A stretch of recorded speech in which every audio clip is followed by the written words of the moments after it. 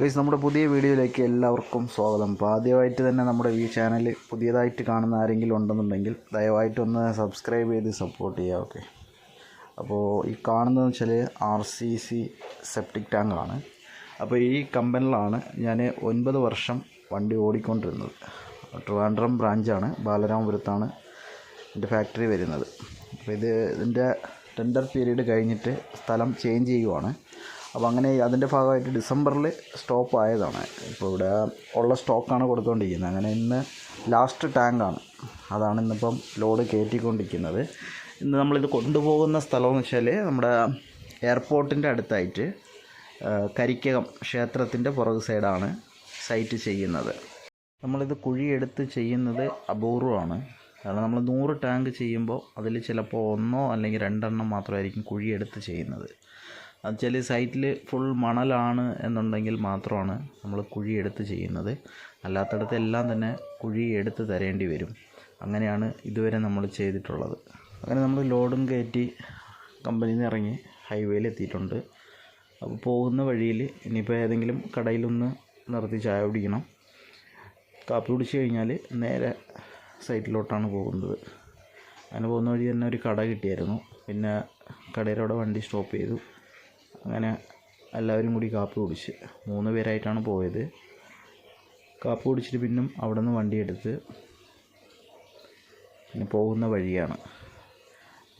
നേരത്തെ പറഞ്ഞതുപോലെ നമ്മൾ എന്തുകൊണ്ടാണ് എല്ലായിടത്തും കുഴിയെടുത്ത് ചെയ്യാത്തതെന്ന് പറഞ്ഞാൽ, ചിലയിടത്ത് മണ്ണെന്ന് വെച്ചാൽ നല്ല ഹാർഡായിരിക്കും. അപ്പോൾ നമ്മളിപ്പോൾ ഒരു റേറ്റ് പറഞ്ഞിട്ട് പണി പിടിക്കുമ്പോൾ നമ്മൾ കമ്പനി ഡയറക്റ്റ് ചെയ്യുന്നതാണ്. ഇതിപ്പം ഏജൻറ്റ് മുഖേന ചെയ്യുമ്പോൾ അവർക്ക് കുറച്ച് എമൗണ്ട് കൂടുതൽ കിട്ടും. അങ്ങനെയുള്ളിടത്ത് അപ്പോൾ അവർ 1-2 ദിവസമായിട്ട് ചെയ്താലും അവർക്ക് നഷ്ടം വരില്ല. ആ കമ്പനി ആകുമ്പോൾ നമ്മൾ മാക്സിമം റേറ്റ് കുറച്ചിട്ടാണ് ഡയറക്റ്റ് കൊടുക്കുന്നത്. അങ്ങനെ വരുമ്പോൾ നമുക്കൊരു വലിയ ഒരു പ്രോഫിറ്റ് വെച്ചിട്ടല്ല ചെയ്യുന്നത്. കാരണം നമുക്ക് ബിസിനസ് മുന്നോട്ട് പോകാൻ വേണ്ടിയിട്ട് ലാഭം എന്നുള്ളത് വളരെ കുറവായിരിക്കും. അപ്പോൾ ഒരു ദിവസം കൊണ്ട് നമുക്ക് ഈ കൊണ്ടുപോകുന്ന ടാങ്ക് കുഴിയിലേക്ക് ഇറക്കി വെച്ച് കഴിയണം, ഒറ്റ ഒരു ദിവസം കൊണ്ട്. എന്നാലാണ് ഇത് നമ്മൾ എടുക്കുന്നവർക്ക് നമുക്കിതിൽ ലാഭം ഉണ്ടാവുള്ളൂ.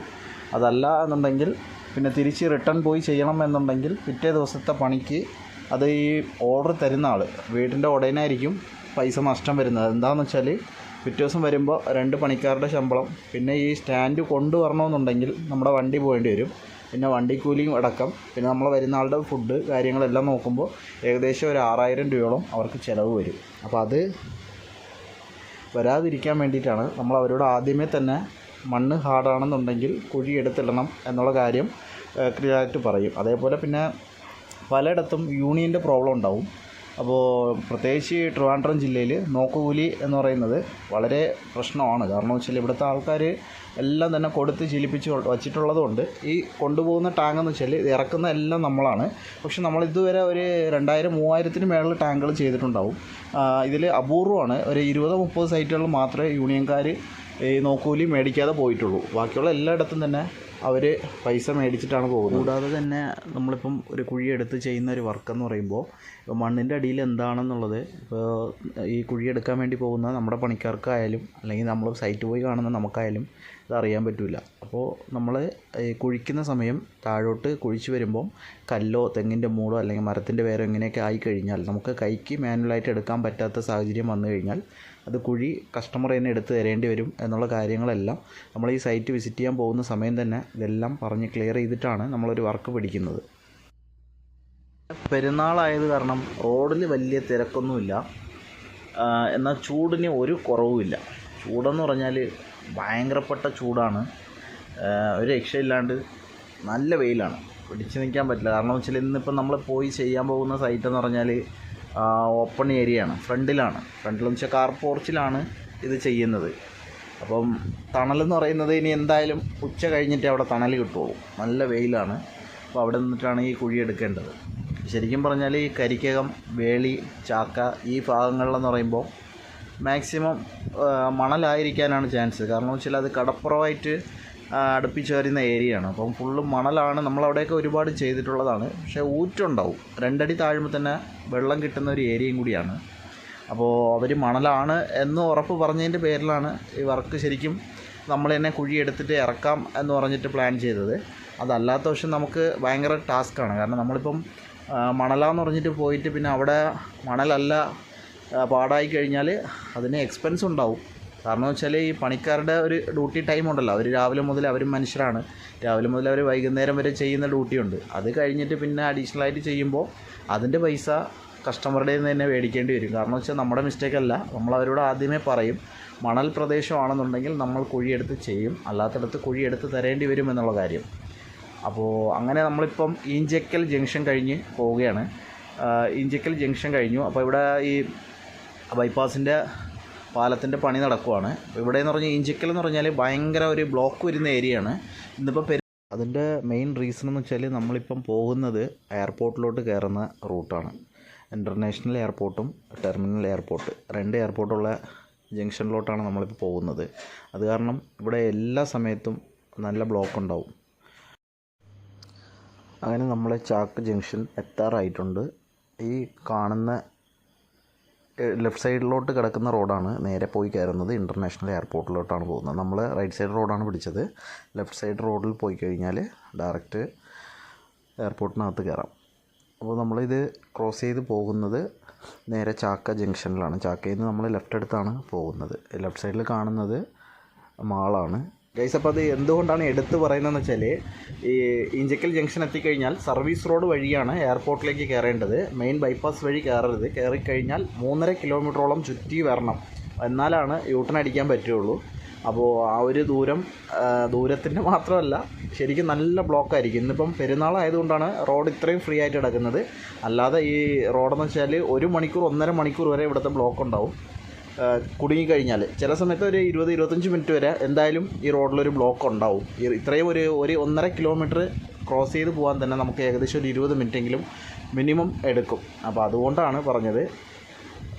പുതിയതായിട്ട് ഈ വഴി വരുന്നവർ ജസ്റ്റ് ഈ വീഡിയോ കാണുകയാണെന്നുണ്ടെങ്കിൽ അവർക്കൊരു ഉപകാരപ്പെട്ടോട്ടെ എന്ന് പറഞ്ഞിട്ടാണ്. അപ്പോൾ നമ്മളിപ്പോൾ എത്തിയിട്ടുള്ള ജംഗ്ഷനാണ് ചാക്ക ജംഗ്ഷൻ എന്ന് പറയുന്നത്. നമുക്ക് ഇവിടെ നിന്ന് ലെഫ്റ്റാണ് പോകേണ്ടത്. അങ്ങനെ ലെഫ്റ്റിലോട്ട് പിടിക്കുകയാണ്. അപ്പം സൈഡൊന്ന് ക്ലിയർ ആയിട്ട് നോക്കണം. കാരണം വെച്ചാൽ എയർപോർട്ടിൽ നിന്ന് ഇറങ്ങി വരുന്ന വണ്ടികൾ വരുന്ന വഴിയാണ്. ഇപ്പോൾ ആട്ട വന്നില്ല, അത് ആ റോഡ് നോക്കി തന്നെ തിരിയണം. അപ്പോൾ അങ്ങനെ നോക്കി നമുക്കുള്ള സിഗ്നലിലാണ് വണ്ടി കിടന്നത്. പിന്നെ നേരെ ഇങ്ങ് പോന്നു. ഈ റോഡ് കയറി ശകലം ഒന്ന് ഫ്രണ്ടിലോട്ട് വന്നിട്ട് നമ്മളിപ്പോൾ പോകുന്നത് ഷോർട്ട് കട്ട് റൂട്ടാണ്. അപ്പുറത്തെ സൈഡ് സ്ട്രൈറ്റ് വഴി കയറാം. പക്ഷേ സ്ട്രൈറ്റ് പോവുകയാണെന്നുണ്ടെങ്കിൽ കുറച്ച് ശകലം ഒരു 3 കിലോമീറ്ററോളം കറങ്ങി വരേണ്ടി വരും. ഇതാകുമ്പോൾ നമുക്കൊരു 3/4 കിലോമീറ്ററിൻ്റെ ലാഭമുണ്ട്, അത്രയേ ഉള്ളൂ. ആ റോഡിൽ കയറി ശകലം ഒന്ന് ഫ്രണ്ടിലോട്ട് വരുമ്പോൾ ലെഫ്റ്റ് സൈഡിൽ കാണുന്നതാണ് ടെർമിനൽ 2 എയർപോർട്ട്. ലോക്കൽ ഫ്ലൈറ്റ്സൊക്കെ വരുന്നത് ഇവിടെയാണ്. ഈ കാണുന്നതാണ് ടെർമിനൽ 2 എയർപോർട്ട്. ഓക്കെ, അതിനകത്തോട്ടുള്ള എൻട്രൻസ് ആണ്. നമുക്ക് റൈറ്റിലോട്ടാണ് തിരിയേണ്ടത്. അങ്ങനെ റൈറ്റ് പിടിച്ച് നേരെ ഇനി സൈറ്റിലോട്ടാണ്. സൈറ്റ് ഏകദേശം എത്താറായിട്ടുണ്ട്. ഇനി ഇവിടെ നിന്നൊരു മാക്സിമം 1 കിലോമീറ്റർ ഡിസ്റ്റൻസേ വരത്തുള്ളൂ. എത്തിയപ്പോഴേക്കും വണ്ടി ഒന്ന് സ്ലോ ചെയ്യേണ്ടി വന്നു. കാരണമെന്ന് പറഞ്ഞാൽ നമ്മുടെ വണ്ടി അത്രയും ഹൈറ്റ് ഇല്ല. പക്ഷേ വണ്ടിയുടെ മേളിൽ ഈ ടാങ്ക് ഇറക്കാൻ വേണ്ടി വെച്ചേക്കുന്ന സ്റ്റാൻഡ് എന്ന് പറഞ്ഞാൽ വണ്ടിയേക്കാളും 2.5 അടിയോളം പൊങ്ങിയാണ് നിൽക്കുന്നത്. അപ്പോൾ അതിൻ്റെ ഒരു തടസ്സം ഉണ്ടാവും എന്നുള്ള ഇതിൽ. പക്ഷേ ഈ കാണുന്ന കമ്പിയിൽ ഒരു ജസ്റ്റ് മിസ്സിന്, അതായത് 1 ഇഞ്ച് ഗ്യാപ്പിലാണ് തട്ടാതെ പോയത്. അതല്ലാന്നുണ്ടെങ്കിൽ പിന്നെ ആ സമയത്ത് റോഡിൽ നിന്ന് ഈ കെട്ടെല്ലാം അഴിച്ച് പിന്നും ആ സ്റ്റാൻഡ് ഇറക്കി ചെയ്യുമ്പോൾ മെനക്കേടാണ്. ഏകദേശം 1/2 മണിക്കൂറോളം പോവും. 1/2 മണിക്കൂർ എന്തായാലും ലാഭമായിട്ടുണ്ട്. ഈ റൈറ്റ് സൈഡിൽ കാണുന്നത് ചാനലല്ല, ഓടയാണ്. ഇവിടെയൊക്കെ എന്ന് പറഞ്ഞാൽ 1 അടി 1.5 അടി താഴുമ്പോൾ തന്നെ വെള്ളമാണ്. ഈ കാണുമ്പം വയൽ പോലെ കിടപ്പുണ്ട്, പക്ഷേ ഇത് വയലല്ല, ഇത് ഫുള്ളും വെള്ളമാണ്. വെള്ളത്തിൻ്റെ മീതെ പായലാണ് പിടിച്ചെടുക്കുന്നത്. ഭയങ്കര സ്മെല്ലാണ് ഈ വെള്ളം. കാരണം എന്ന് വെച്ചാൽ ഈ ഏരിയയിലുള്ള കംപ്ലീറ്റ് ആൾക്കാരുടെയും വീട്ടിലുള്ള കുളിക്കുന്നതും പിന്നെ തുണി കഴുകുന്ന വെള്ളവും ബാത്റൂമിലെ ആയാലും എല്ലാം ഇങ്ങോട്ടായിരിക്കും വരുന്നത്. ഭയങ്കര സ്മെല്ലാണ്. അങ്ങനെ നമ്മൾ സൈറ്റ് എത്താറായിട്ടുണ്ട്. ലെഫ്റ്റിലോട്ടാണ് ഇനി തിരിയുന്നത്. അപ്പോൾ ഇത് കരിക്കാം ക്ഷേത്രത്തിലോട്ട് പോകുന്ന റോഡാണ്. അപ്പോൾ വീഡിയോ കാണുന്ന ട്രിവാൻഡ്രത്തുള്ള ആൾക്കാരും ഉണ്ടാവും. അപ്പോൾ കരിക്കാം ക്ഷേത്രത്തിലെ ഉത്സവം 3-ാം തീയതി സ്റ്റാർട്ട് ചെയ്യുവാണ്. അപ്പോൾ അതിൻ്റെ പന്തലും പിന്നെ ലൈറ്റ് വർക്കും സൗണ്ട്സിൻ്റെയും എല്ലാ വർക്കുകളും നടന്നുകൊണ്ടിരിക്കുകയാണ്, സ്റ്റേജിൻ്റെയും. അപ്പോൾ നമുക്ക് ക്ഷേത്രത്തിൻ്റെ ഫ്രണ്ട് പോയിട്ടാണ്, പിന്നെ അതിൻ്റെ പുറകിലാണ് ശരിക്കും ചെയ്യുന്നത്. ഫ്രണ്ട് പോയിട്ട് റൈറ്റിലോട്ട് തിരിഞ്ഞിട്ടാണ് പോകുന്നത്. ഈ റോഡിൻ്റെ 2 സൈഡിലും കടകളാണ്. അപ്പോൾ കടയും ഏകദേശമൊക്കെ റെഡിയായി വരുന്നുണ്ട്.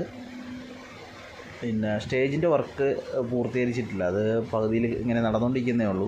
ലെഫ്റ്റ് സൈഡിൽ കാണുന്നത് സൗണ്ട്സിൻ്റെ വണ്ടികളാണ്, അതിൻ്റെ വർക്കും നടന്നുകൊണ്ടിരിക്കുകയാണ്. അപ്പോൾ നമ്മളെ ക്ഷേത്രം എന്ന് പറയുന്നത് സ്ട്രൈറ്റ് കാണുന്നതാണ്. നമുക്കിവിടെ നിന്ന് റൈറ്റാണ് നമ്മൾ തിരിയുന്നത്, റൈറ്റിലോട്ടാണ്. ഇത് ക്ഷേത്രത്തിൻ്റെ ശരിക്കും കാർ പാർക്കിംഗ് ഏരിയ ആണ്, അവിടെയാണ് ഈ ഷെഡ് കെട്ടിയിട്ടുള്ളത് അവർ. അങ്ങനെ അകത്തോട്ട് കയറിയപ്പോഴേക്കാണ് ഒരു ടിപ്പർ വാക്കില്ലാണ്ട് വന്നു. ഇതെന്താ സംഭവം നോക്കിയപ്പം വണ്ടി അവിടെ ഒതുക്കിയതായിരുന്നു.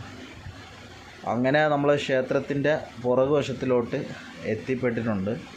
ഇനി നമ്മൾ ഇതുവഴി ലെഫ്റ്റാണ് നമ്മുടെ സൈറ്റ്, ലെഫ്റ്റിലോട്ടാണ്. അപ്പോൾ ലെഫ്റ്റ് റോഡ് കയറിയിട്ട് വീണ്ടും റൈറ്റ് എടുക്കേണ്ടി വരും. റൈറ്റ് എടുക്കുമ്പം 4ാമത്തെ വീടാണ് ചെയ്തത്. അങ്ങനെ നമ്മൾ സൈറ്റ് എത്തിയിട്ടുണ്ട്. സൈറ്റിലെത്തിയിട്ട് ഇതാ ടാങ്ക് ഇറക്കാൻ വേണ്ടിയുള്ള സെറ്റപ്പിലാണ്. അപ്പോൾ അതിൻ്റെ സ്റ്റാൻഡും കാര്യങ്ങളൊക്കെ സെറ്റ് ചെയ്തുകൊണ്ടിരിക്കുകയാണ്. ഇതിപ്പോൾ നമ്മൾ ചെയ്യുന്നതെന്ന് വെച്ചാൽ കറക്റ്റ് കാർ പോർച്ചിലാണ് നമ്മളിത് ചെയ്യുന്നത്. അപ്പോൾ ഇതിൻ്റെ മെയിനായിട്ടെന്ന് വെച്ചാൽ ഇവിടെ മണ്ണ് ഇടാനായിട്ടുള്ള സ്ഥലം കുറവാണ്. അതുകൊണ്ടാണ് ആദ്യമേ തന്നെ നമ്മൾ ടാങ്ക് താഴെ ഇറക്കി വെക്കുന്നത്. അല്ലാത്തടത്തെന്ന് വെച്ചാൽ കുഴി എടുത്ത് കഴിഞ്ഞിട്ടായിരിക്കും ഇത് നമ്മൾ ഇറക്കുന്നത്. അപ്പോൾ ഇതിങ്ങനെ ചെയിൻ ബ്ലോക്ക് വെച്ചിട്ടാണ് ഇത് ഇറക്കുന്നത്. ഇതിൻ്റെ വെയിറ്റ് എന്ന് പറഞ്ഞാൽ 2 ടൺ ഉണ്ടാവും. അപ്പോൾ ഇത് ചെയിൻ ബ്ലോക്കിൽ ഇത് ടൈറ്റ് ചെയ്യുമ്പോഴേക്കും ഇത് ലിഫ്റ്റ് ആവുമ്പോഴേക്കും വണ്ടി അങ്ങ് മാറ്റും. എന്നിട്ട് ഇത് ലൂസ് ചെയ്ത് താഴെ ഇരുത്തും. അപ്പോൾ കുഴി എടുക്കേണ്ട അളവും കാര്യങ്ങളെല്ലാം മാർക്ക് ചെയ്ത് കൊടുത്തിട്ടുമുണ്ട്. ഇവിടെ വണ്ടി പാർക്ക് ചെയ്യാനുള്ള സൗകര്യം ഇവിടെ ഇല്ല. അപ്പോൾ ഇനി റോഡിലോട്ടാണ് വണ്ടി ഇടേണ്ടത്, കാരണം വഴിയിലിട്ട് കഴിഞ്ഞാൽ മൊത്തത്തിൽ ബ്ലോക്കാവും. നമ്മൾ നേരത്തെ പറഞ്ഞ പോലെ തന്നെ ഇവിടെ മണലെന്ന് പറഞ്ഞിട്ടാണ് ഈ വർക്ക് പിടിച്ചത്. പക്ഷേ ഇതിനകത്ത് ബേസ്മെൻറ്റ് കല്ല് വരെ ഉണ്ടായിരുന്നു. നല്ലപോലെ കഠിനാധ്വാനമായിപ്പോയി. കാരണം ഈ സൈഡിൽ കാണുന്ന കല്ലെല്ലാം തന്നെ ഇതിനകത്തുനിന്ന് കിട്ടിയതാണ്. പറഞ്ഞതുപോലെ തന്നെ 2.25 അടി ആയപ്പോൾ തന്നെ വെള്ളവും ഉണ്ടായിരുന്നു. ഈ വെള്ളവും കൂടി ഉള്ളതുകൊണ്ട് വെട്ടിക്കഴിഞ്ഞാൽ കറക്റ്റ് ആവില്ല. അങ്ങനെ ഒരുപാട് സമയമെടുത്ത് ലാസ്റ്റ് 9 മണിയോളമായി ടാങ്ക് നമ്മൾ ഇറക്കാൻ വേണ്ടിയുള്ള പ്ലാനിങ്ങിലെത്തിയപ്പോൾ അങ്ങനെ പകുതിയിലെത്തിച്ചിട്ട് പിന്നെ അടുത്ത് ഒരു പ്രാവശ്യം കൂടി സെറ്റ് ചെയ്തിട്ട് ഇറക്കിയപ്പോഴേക്കും ടാങ്ക് കറക്റ്റ് കുഴിയിൽ സീറ്റിംഗ് ആയിരുന്നു. അങ്ങനെ സീറ്റിംഗ് ആയി. അപ്പോൾ ടാങ്ക് ശേലം നൂരാണ്ടായിരുന്നു. അതെല്ലാം കഴിഞ്ഞിട്ട് പിന്നെ മണ്ണൊക്കെ ഇട്ട് സീറ്റിംഗ് ആക്കി, ടാങ്ക് ഫുള്ള് സീറ്റിംഗ് ആക്കി വെച്ച്. ഇതിൻ്റെ ഇടയ്ക്ക് ഫുൾ ക്ലിയർ ആയിട്ട് വീഡിയോ എടുക്കാത്തതെന്ന് പറഞ്ഞാൽ ഇപ്പോൾ ഞാനും കൂടി ആ വർക്കിൽ നിൽക്കുന്നതാണ്. അപ്പോൾ അതിലെനിക്ക് ഇത് ഇറക്കുന്നതും എല്ലാം തന്നെ ക്ലിയർ ആയിട്ട് എടുക്കാൻ പറ്റില്ല. കാരണം നമ്മൾ വീഡിയോയിലേറ്റ് കൂടുതൽ നമ്മൾ ശ്രദ്ധ കൊടുക്കുമ്പോഴത്തേക്കും അതിൽ എന്തെങ്കിലും ഈ സ്റ്റാൻഡ് എന്തെങ്കിലും ഒരു മിസ്റ്റേക്ക് ആയി കഴിഞ്ഞാൽ നമ്മൾ 3 പേരും പണിക്കാരുണ്ട്, ഇപ്പോൾ ഞാനുണ്ട്. അപ്പോൾ അതിൽ 2 പേര് പുതിയ ആൾക്കാരാണ്. അപ്പോൾ അവരെയും കൂടി നമ്മൾ കെയർ ചെയ്യണം. അങ്ങനെയാണ്. അപ്പോൾ നമ്മൾ ഇന്നത്തെ വർക്ക് കഴിഞ്ഞു. അങ്ങനെ നമ്മൾ തിരിച്ച് പൊയ്ക്കൊണ്ടിരിക്കുവാണ്. അപ്പോൾ പോകുന്ന വഴിയാണിത്. അപ്പോൾ ഇന്നിപ്പം പെരുന്നാളായതുകൊണ്ട് ഒരുപാട് തിരക്കും കാര്യങ്ങളൊന്നുമില്ല. അപ്പോൾ ഈ വീഡിയോ കാണുന്ന ആർക്കെങ്കിലുമൊക്കെ ഇതുപോലത്തെ ടാങ്ക് ആവശ്യമുണ്ട് എന്നുണ്ടെങ്കിൽ ഞാൻ ഡിസ്ക്രിപ്ഷനിൽ നമ്മുടെ കമ്പനിയുടെ അഡ്രസ്സും കോൺടാക്റ്റ് നമ്പറും കൂടി കൊടുക്കാം. കേരളത്തിനകത്ത് എവിടെയാണെങ്കിലും ഡെലിവറി ചെയ്യാൻ അവൈലബിൾ ആണ്. ഹെഡ് ഓഫീസ് വരുന്നത് അങ്കമാലിയാണ്. പിന്നെ നമുക്ക് ബ്രാഞ്ചസ് എന്ന് പറഞ്ഞാൽ കൊല്ലമുണ്ട്, മലപ്പുറം, കാസർഗോഡുണ്ട്. അപ്പോൾ ബാലരാമപുരത്ത് നിലവിൽ കമ്പനി ഇപ്പം സ്റ്റോപ്പ്ഡാണ്. പക്ഷേ നമ്മളിപ്പോൾ ഒരു 6 മാസം കൂടി കഴിയുമ്പം റീസ്റ്റാർട്ട് ചെയ്യും. സ്ഥലമെല്ലാം ഓക്കെ ആയിട്ടുണ്ട്. അപ്പോൾ എന്തായാലും വീണ്ടും അടുത്തൊരു വീഡിയോ ആയിട്ട് ഉടനെ വരാം. Okay, bye.